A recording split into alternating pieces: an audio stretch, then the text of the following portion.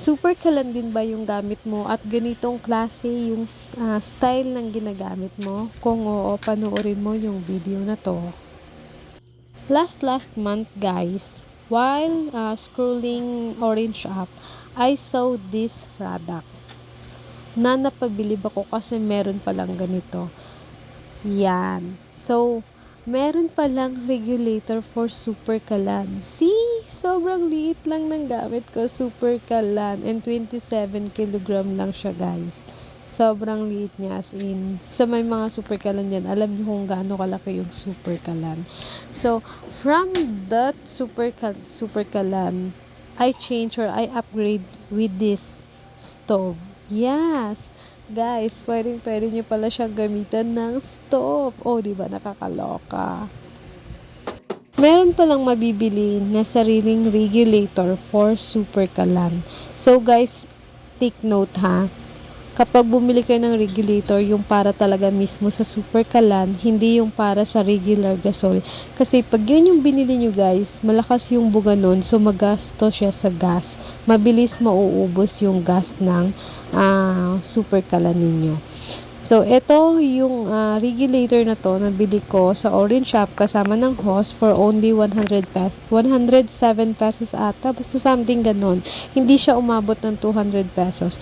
And ito namang stove na nabili ko or burner nabili ko is nasa Black App for only 700 pesos lang. See, 700 pesos and super duper duper tipid niya guys. As in, alam nyo bang yung ganyan kaliit na 27 kilogram ng super kalan inagagamit ko ng almost 1 month and 2 weeks. Yes!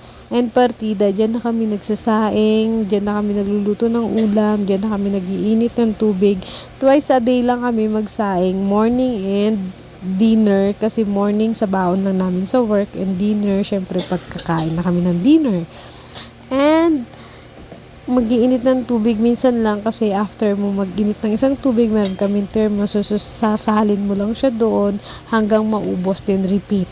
Eto naman guys, yung pinakita kong stainless na to, ikasama siya sa burner na nabili ko.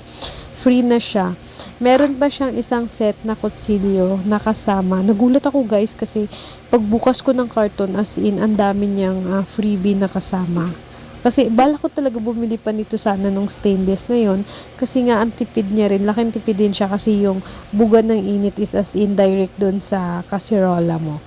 And yun lang guys. So, kung makikita nyo guys, yung baga nito is hindi siya katulad ng iba na as in lumiliyab yung apoy. Hindi siya ganun.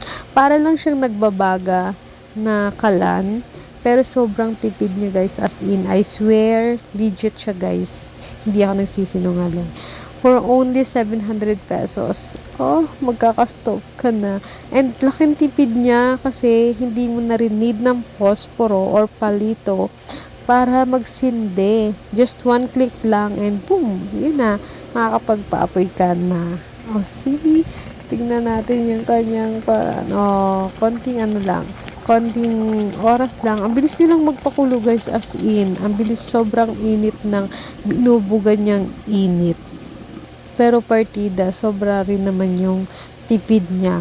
1 month guys, sa akin ha, 1 month ko siyang nagagamit.